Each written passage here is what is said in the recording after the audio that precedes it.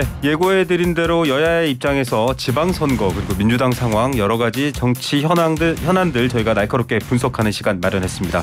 자, 두 분 스튜디오에 모셨습니다. 신경민 전 의원님 나오셨습니다. 안녕하십니까? 네, 안녕하세요. 신경민입니다. 네, 또 장혜찬 평론가 나오셨습니다. 안녕하십니까? 안녕하세요. 장혜찬입니다. 네. 자, 지금 뭐 모든 언론사 또 아침 저녁 시사 라디오에서도 지방선거 얘기를 계속 하고 있습니다.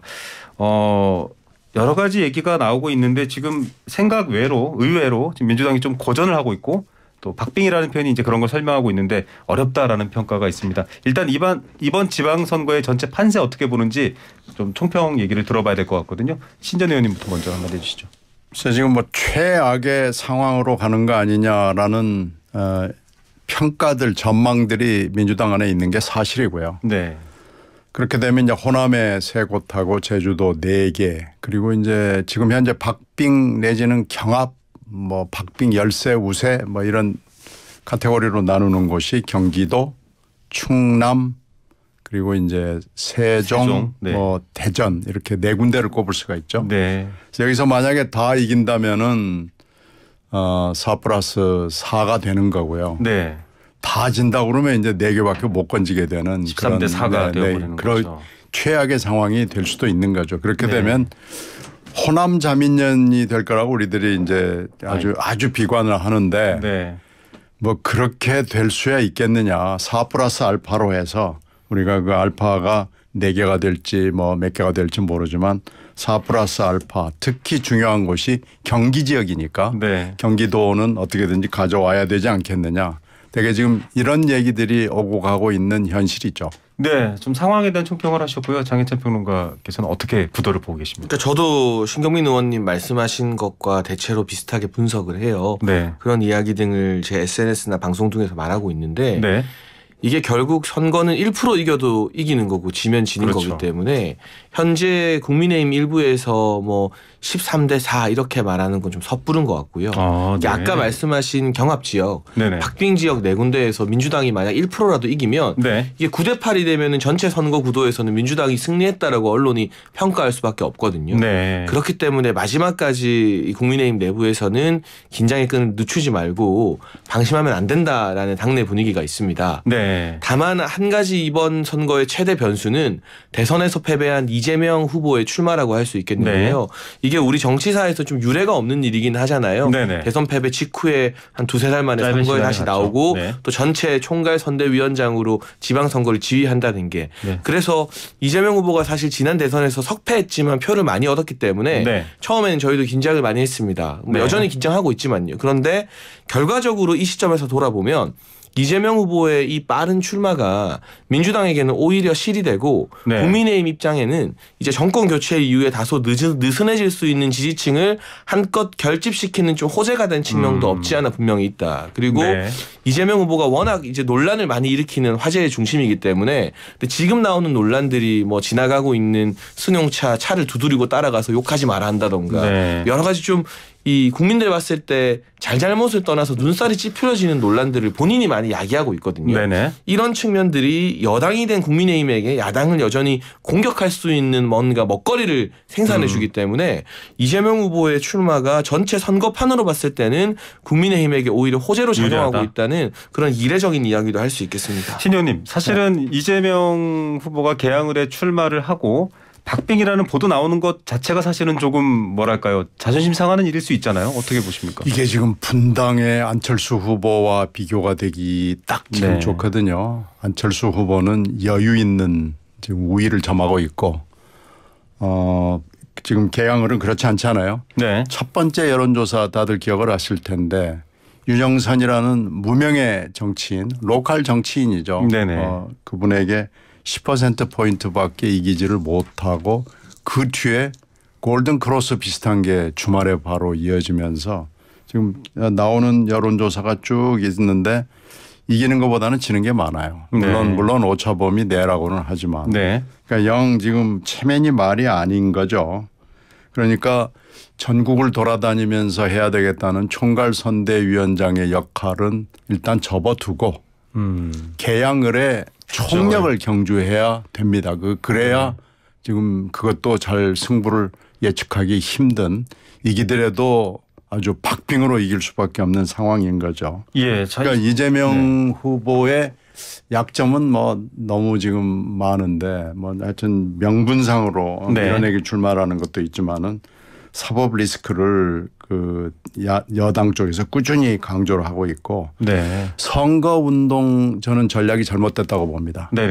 거기가 15만 정도의 선거구인데 지금 5천만을 상대로 했던 대선 하듯이 하는 거예요.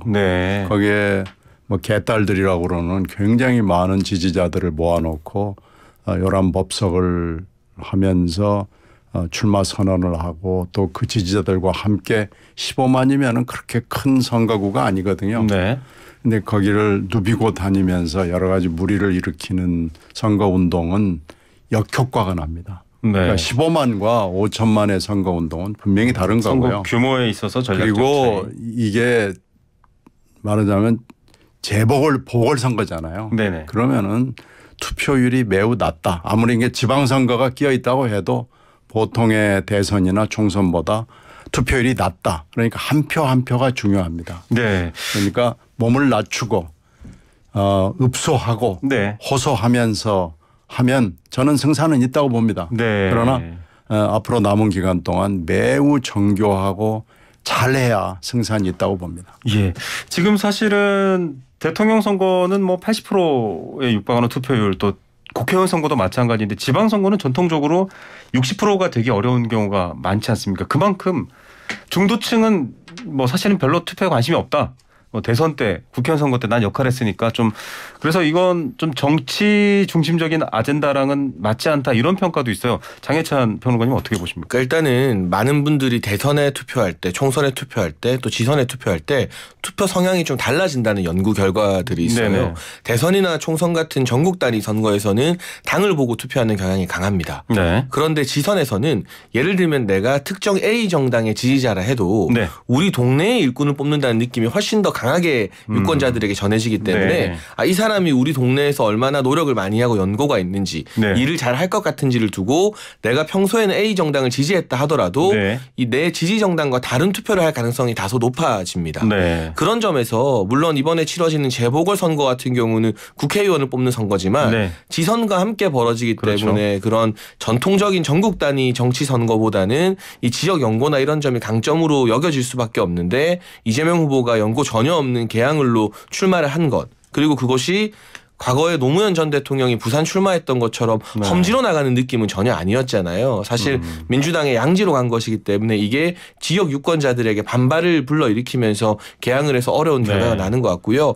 개항을 사실 안심하게 묶어두고 이 수도권에 지원 유세를 간다는 게 이재명 후보의 생각이었을 텐데 개항에서부터 구도가 흔들리니까 나머지 수도권 광역자치단체장 구도도 덩달아 같이 흔들리고 있는 모습이 보여지고 있는 것이거든요. 그래서 저는 정치인들 바라보면요. 제가 뭐 직접 정치를 한 지는 이제 1년밖에 안 됐고 대선하면서 방송을 오래 했지만 이 선거 나가는 것보다 어려운 게 쉬는 것 같아요. 그러니까 쉬는 게 정말 쉽지 않은 결단이 필요한 이 고도의 정치적 행위인데 이번에는 아무리 생각해봐도 이재명 후보가 성찰하고 숙고하면서 조금 쉬는 타이밍이었어야 되지 않나 싶은데 계속 강조하다시피 그 쉼 대신에 뭐 본인은 희생이라고 하지만 개항에 출마함으로써 민주당의 선거 구도 자체가 조금 흔들린 감이 있습니다. 신현님 지금 뭐 장혜찬 평론가도 얘기를 했습니다만 지방선거 특성상 정권 심판 견제론 제가 서울시장이 돼야 윤석열 대통령을 견제할 수 있다라는 그 구도와 유권자들의 투표 행위는 조금 괴리가 있지 않냐. 아까도 지적하셨습니다만 대선처럼 치러야 하나 이런. 지방선거는 조금 다릅니다. 그러니까 지방선거는 아무래도 집권을 한쪽이 유리합니다. 그건 뭐 저희들이 집권했을 때도 지방선거를 해보면은 그게 유권자들한테 먹혀요. 그러니까 지금 총선과 대선의 통계를 우리가 개항을을 가지고 있는데 이걸 너무 과신을 한 것 같아요. 이재명 후보가 이 결과를 좀 잘못 읽은 거 아닌가 싶은데 이게 예를 들어볼게요. 20대 선거가 2016년에 있었는데 이때 송영길 후보가 문제 지금 우리가 얘기하는 윤 후보, 윤영선 후보하고 했습니다. 이때 58대 38로 송영길 후보가 이겼습니다. 그리고 21대는 2020년에 있었는데 52대 43으로 이겼습니다. 그리고 직전에 있었던 그 대선에서는 인천에서 이재명 후보가 1.8% 겨우 이겼죠. 네. 근데 개항을만 놓고 보면 52.3 대 43.8로 거의 9%포인트를 이긴 거예요. 네. 그러니까 개항을은 인천의 호남벨트라고 볼 수 있는 거예요. 네. 호남 분들이 많고 송영길 후보가 5번이나 이겼고 대선에서도 어떤 지역 인천의 어떤 지역구보다도 압승을 했고 이걸 지금 이 표에 나타난 거 이 통계에 나타난 것을 읽은 건데요. 이게 지금 지방선거와 연계된 보궐선거잖아요. 예. 굉장히 겸손하게 접근을 해야 되는 건데 이 세 개의 통계를 잘못 읽고 선거운동에 임한 거 아닌가 싶습니다.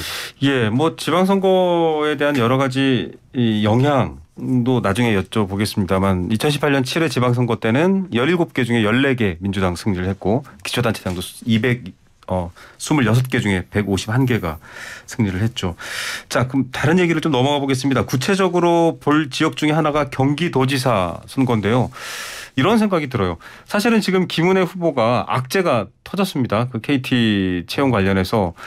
그 악재가 터지면 사실은 또 상대 후보 측에서는 열심히 그걸 좀 활용을 하거나 판세를 뒤집거나 해야 되는데 계속 좀 오차 범위 내에서 박빙인 경우도 있고 뭔가 좀 모멘텀을 만들지는 못하는 것 같아요. 어떤 뭐 좀 전략이라든지 다른 이유가 있다고 보시나요? 일단 그 KT와 관련된 의혹은 실제적으로 지금 문제 제기를 하는 쪽에서 지목한 당사자가 취업을 하지 못했기 때문에 네, 결과적으로는 이것을 뭐 부정청탁으로 보기는 조금 힘들다는 여론도 있는 것 같고요. 네. 전반적인 여론조사 흐름이나 추세를 보면 처음에는 김동연 후보가 그래도 오차범위 밖에서 조금 앞서 나가다가 네. 지금 계속 가까이 붙어있는 초박빙의 양상을 보이고 있거든요. 그 흐름상으로는 김은혜 후보가 기세를 타고 바짝 추격하는 모양새인 것 같습니다. 네. 그런데 김은혜 후보 입장에서는 보수표를 조금 나눌 수 있는 무소속 강용석 후보가 있음에도 불구하고 네. 이 정도 박빙까지 따라 붙었다는 게 기운을 내기 좋은 입장인 것이고 네. 김동연 후보 입장에서는 처음에는 약간 벌어졌던 격차가 줄었기 때문에 더 마음이 조급해질 수가 있거든요. 네. 또 경기도는 지난 대선에서 이재명 후보가 약 5% 정도 그렇죠. 윤석열 대통령보다 앞섰죠. 득표율에서 앞섰던 지역인데 이게 붙었다는 것만으로도 마음의 부담감이 아마 상당할 거라는 생각이 네. 들어요. 이 선거 결과 마지막까지는 예단할 수 없는데 앞서 신경민 의원님께서 말씀해 주셨던 것처럼 경기도 지역에는 수건 사업이 굉장히 많습니다. 네. 1기 신도시 뭐 재건축이나 리모델링 GTX, 이슈들이 있고요. 네. GTX 늦어지는 것들이 많은데 그러한 대규모 부동산이나 교통 관련 수건 사업은 중앙정부에서 밀어줘야 통과가 가능하고 네. 기간이 단축되는 게 많기 때문에 막판에 가면 갈수록 중앙정부와의 어떤 호흡을 자랑할 수 있는 김은혜 후보에게 유리한 여지가 아직은 조금 더 남아있고 한 가지 변수가 있다면 저는 김은혜 후보와 강용석 후보의 단일화는 불가능하다라고 여러 번 말씀을 드렸습니다. 다만 이제 어떤 대의를 위하는 차원에서 무소속 강용석 후보가 사퇴할 가능성은 아직까지는 남아있는 것 아니냐. 네. 그렇게 되면 그 사퇴가 어떤 작은 컨벤션 효과를 일으킬 여지 그러니까 점수를 딸 수 있는 여지는 김은혜 후보에게 조금 더 많이 남아있고 김동연 후보는 여기서 뭔가 반전의 모멘텀이나 점수를 딸 만한 여지 없이 네. 수성을 해야 되는 입장이기 때문에 박빙 열세, 박빙 구도 가운데서 그래도 조금이라도 점수를 더 주자면 김은혜 후보 측이 따라잡을 가능성이 약간은 더 높다고 판단하고 있습니다. 그 덧붙여서 하나만 더 여쭤보면요. 강용석 후보가 사퇴를 하지 않고 또 적극 지지자들이 사퇴를 원치 않으면 만약에 질 경우에는 여러 가지 구도상 복잡한 상황이 생기지 않을까요? 부담. 예를 들면 이제 만약 강용석 후보가 사퇴하지 않은 상태에서 김동연 후보가 이겼는데 김동연 후보와 김은혜 후보의 표차가 네. 강용석 후보가 득표한 표차보다 적게 되면 네. 보수 진영 내부에서 그럴 경우에는 엄청난 비난의 화살이 강용석 후보에게 쏠리게 되겠죠. 예. 이거는 보수뿐만이 아니라 진보에서도 비슷한 일이 있을 때 과거 노회찬 전 정의당 의원께서 서울시장 출마했을 때 아깝게 그 당시에 민주당이 졌어요. 그 민주당 지지자들이 정당이 다름에도 불구하고 그 당시 노회찬 후보를 엄청 비난했었거든요. 네. 정의당이 어려워졌던 사례가 있고 이번에는 훨씬 그보다 더 심한 비난의 화살이 돌아갈 것이기 때문에 사전투표 실시 전날까지 강용석 후보의 부담이나 고민은 더 커질 거라고 봅니다. 경기도 상황 신 의원님 어떻게 판단하십니까? 지금 이렇게 박빙으로 가고 있는 이유는 여러 가지가 있지만 그중에 대표적인 것이 두 김 후보 사이의 경륜의 차이라고 봅니다. 네. 그러니까 유권자들이 민주당 김 후보의 경륜을 높이 쌓아주는 거죠. 네. 김은혜 후보는 윤심이 뒤에 있기는 하지만 경륜면에서는 김동연 후보를 따라갈 수 없는 거 아니냐라는 거에서 지금 박빙의 상황이 연출이 되고 있고 이게 정말 아무도 모릅니다. 이 투표를 해봐야 결론을 알 수 있을 정도가 됐는데 저는 강용석 후보하고 단일화를 하지 않기로 한 결정이 이제 단일화는 끝난 거 아니겠어요? 사퇴밖에는 없는 건데 물론 단일화로 사퇴하는 방법도 있지만은 단일화로 선택을 하지 않은 그 결정은 김은혜 후보가 합리적으로 한 거 아닌가라고 생각을 해요. 그런데 지금 문제는 그 경륜에서 놓고 봤을 때 같이 경선을 했던 유승민 후보와 김은혜 후보가 동일화 적극 지지를 해주고 끌어주고 밀어주고 하는 이거에서 실패한 데서 나온 거 아닌가 싶습니다. 그래서 지금 유승민 후보는 대선에서도 안 나타났지만은 지금 경기도 선거에서도 얼굴을 보이질 않거든요. 아예 완전히 침잠해 있는 상황인데 이 유승민과 김은혜의 동일화가 이루어졌더라면 판이 뒤집혔다. 우리가 선거하는데 굉장히 좀 어려웠을 거예요. 김은혜 후보의 KT 채용 청탁 의혹 신 의원님께서는 어떻게 보십니까? 저는 뭐 그 내용을 조금 아는데 이게 실패한 민원인 것 같아요. 실패한 민원. 성공한 민원도 물론 있겠죠. KT에 오래 근무를 했기 때문에. 그런데 이번에 딱 포인트가 된 것은 실패한 민원이라서 이게 이제 선거 국민들에게 어떤 영향을 줄지 저는 뭐 처음에 약간 영향을 주지 않을까라고 생각했는데 지금은 좀 잦아드는 단계가 아닌가 싶습니다. 자, 신 의원님께 하나만 더 여쭤볼게요. 지금 민주당이 이제 열세입니다. 새 정부 출범 컨벤션 효과도 있고 지금 국민의힘에게 많이 뒤지고 있는데 그걸 극복할 모멘텀들 이를테면 인사청문회 또 방금 말씀하셨던 여러 가지 사안들 에 대해서 특히나 한동훈 법무장관 인사청문회나 한덕수 총리 인준 같은 경우는 타이밍이나 전략적으로 민주당이 조금 지지를 끌어올 수 있는 여러 기회들을 놓쳤다. 흔히 말해서 좀 뭐 다른 정치평론가들은 똥볼 쳤다 이렇게까지 표현을 합니다. 그렇죠. 뭐 한동훈 인사청문회는 두고두고 아마 복귀를 해서 이런 실수를 하지 않아야 될 방법을 찾아야 될 정도로 아주 치명적인 것 같습니다. 그래서 한덕수 임명 동의는 안 할 수가 없는 상황으로 갔고요. 뭐 이건 이제 인사는 대충 넘어간 것 같아요. 거기다가 지금 저희들이 불리한 건 2018년도에 싱가포르 회담 그 합의 공동성명 직후에 바로 지방선거가 있어서 압승이 가능했던 거죠. 근데 지금 역으로 이번에는 한미 정상회담이 지난 주말에 있었던 거 아니에요.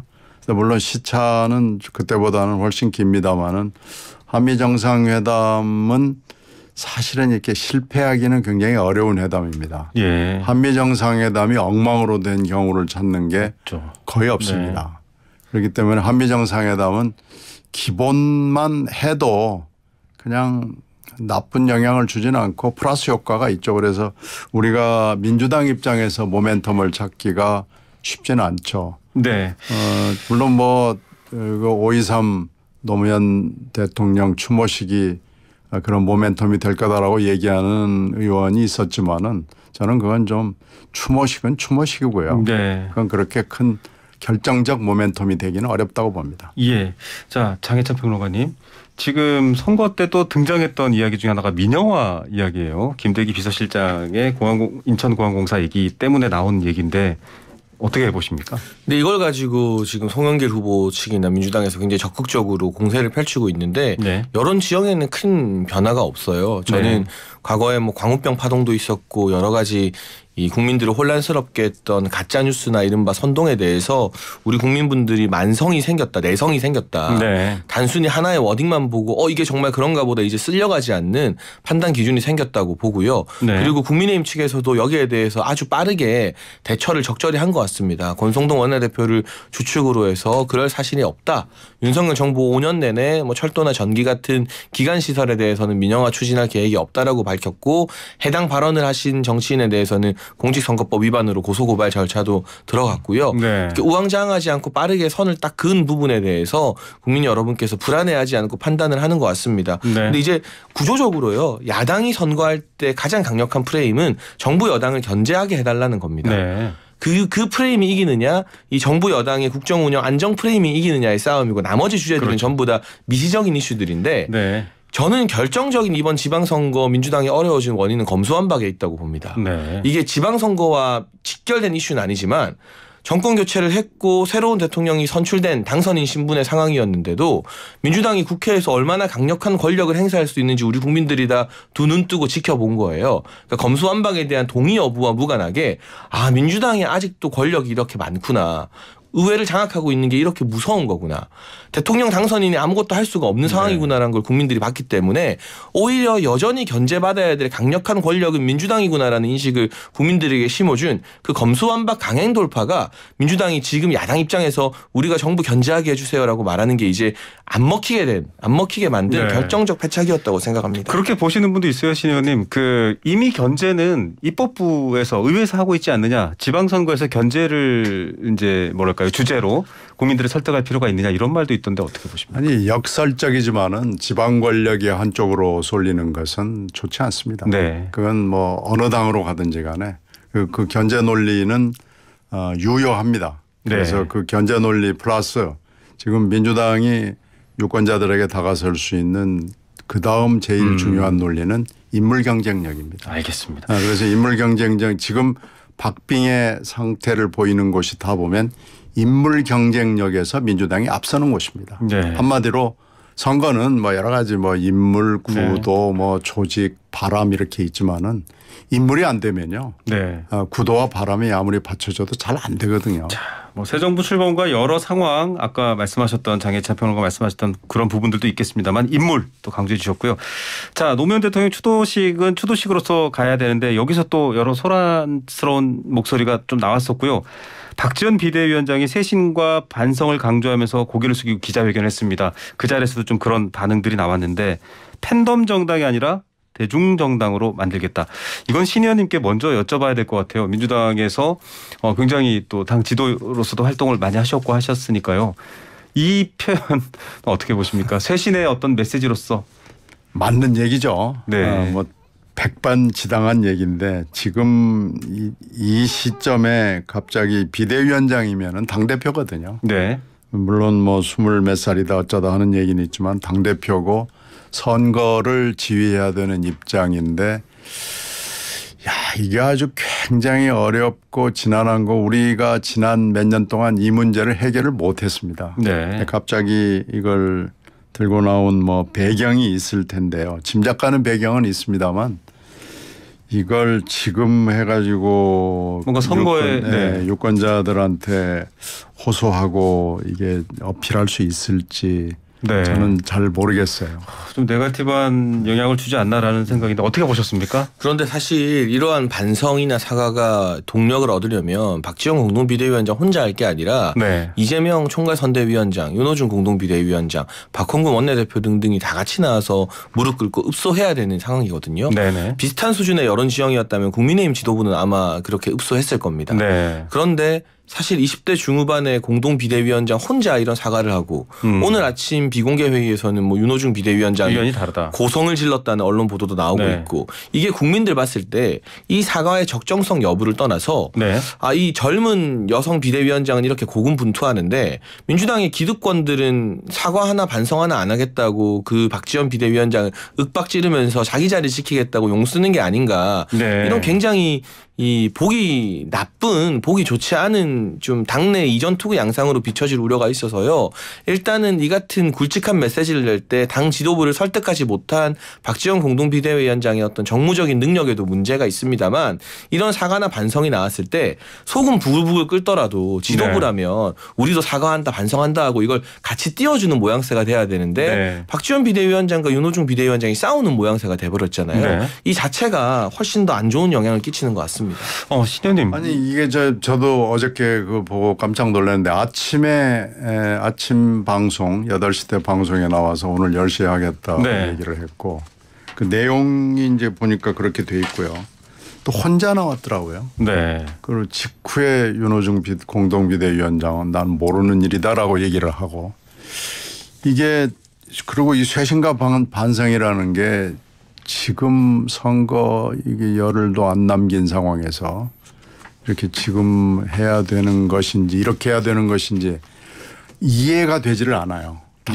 저도 당에 있는 사람으로서 이 정도였다면은 전부 다 나와서 하든지 어떻게 전부 다 나와서 전 아까 얘기했던 주요한 사람들이 다 나와서 하든지 아니면은 안 하든지 뭐 둘 중에 하나를 택하든지 하여튼 윤호중 비대위원장이 그러면은 지금 이렇게 할 건 아니다라고 만류를 해서 그럼 다음에 하든지 양태를 바꾸든지 뭐 이랬어야 되는데 어저께 하고 오늘 아침에 싸워버리면 이게 지금 당이 무슨 이런 모습을 보여서는 안 되거든요. 민주당 내부 지지자 중에서는 김건희 여사보다 박지원 위원장이 더 싫다 뭐 이런 표현도 나왔다고 하는데요. 어떻게 수습해야 됩니까, 의원님? 이건 방법이 없습니다. 이거 지금 이 정도에서 끝내야지 이걸 가지고 계속해서 끌고 간다는 것은 이건 당이 모양이 모양 같지가 않아요. 그래서 이 대목은 비대위 내부에서 처리를 해야죠. 자, 장평론가님, 이 쇄신의 말은 뭐 들어보면 다 옳은 말인데 이게 사실은 보면 국회의원 선거 앞에서 나올 법한 얘기이거나 그런데 지방선거를 앞두고 나왔어요. 또 이준석 대표도 좀 맞불 같은 기자회견도 했고요. 어떻게 보십니까? 그러니까 이게 틀린 말은 사실 별로 없어요. 이게 팬덤 정치 끌려가면 과거 황교안 시절에 자유한국당이 갔던 전철을 전진 민주당이 밟고 있다고 보여지는데 팬덤 정치에 대중정당이 끌려가서 안 되는 것도 맞고요. 86세대도 용퇴해야 된다는 이야기 예전에 송영길 전 대표가 먼저 했잖아요. 나왔었죠. 그러니까 새로운 것도 없는 이야기가 당연히 해야 되는 이야기인데 밤것과 타이밍 그리고 당내 설득 부재가 이 사건을 좀 키운 측면이 있고요. 이게 박지원 비대위원장 혼자서 이렇게 치고 나가는 것도 이해가 안 되지만 제가 앞서 강조했던 것처럼 그 이후에 윤호중 비대위원장이나 당의 이 중진 의원들이 이걸 수습하지 못하고 싸우는 형태로 외부에 비춰지게 만든 것 자체가 더 사태를 악화시키는 것 같은데 지금 남아있는 해결책은 이 박지원 비대위원장의 사과와 쇄신에 대해서 이걸 그냥 이제 없던 일로 돌릴 수는 없는 거잖아요. 그렇겠죠. 그럼 당 지도부가 우리도 이걸 받아들인다. 박지원 비대위원장의 메시지와 우리 뜻이 다르지 않다라고 하는 것 말고는 없지 않나. 이걸 그냥 어영부영 뭉개거나 박지원 위원장을 찍어 누르는 양태가 되어버리면 이게 훨씬 더 안 좋은 형식으로 유권자들에게 각인되지 않을까 싶어서 민주당 상황이 좀 어려울 것 같은데요. 저는 짧게 이 모든 사태의 본질적 책임은 이재명 후보에게 있다고 생각합니다. 박지원 비대위원장을 선임한 것도 이재명 후보라고 널리 알려져 있고 이번에 총괄 선대위원장 역할을 하는데 지원 유세 다니는 거 말고 실제로 당내에서 리더십을 발휘하고 책임을 져야 되는데 이런 어려운 문제에 있어서는 리더십도 발휘하지 않고 책임도 안 지고 쏙 빠져 있고 그냥 지원 유세 다니는 게 총괄 선대위원장 역할이 아닌 거잖아요. 여기에 대해서 이재명 후보가 이 선거 지방선거 전체 스코어가 자기 정치 생명을 가늠한다는 책임의식을 가지고 나서야 되는데 뭐 하고 계시는지 잘 모르겠어요.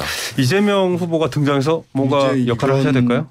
글쎄 지금 저도 잘 모르겠는 게 이재명 후보가 어저께 박지원 위원장의 이 사과 멘트 쇄신과 반성 멘트가 나간 직후에는 지지 멘트가 나왔어요. 그렇죠. 그랬더니 이제 오늘은 또 좀 애매모호한 이렇게 돼서 그래서 지지 멘트가 나왔길래 이재명 후보 이재명 선대위원장하고 뭐가 이렇게 내밀한 소통이 있었나라고 생각을 했죠. 근데 오늘 하는 거 보면 이것도 아닌가.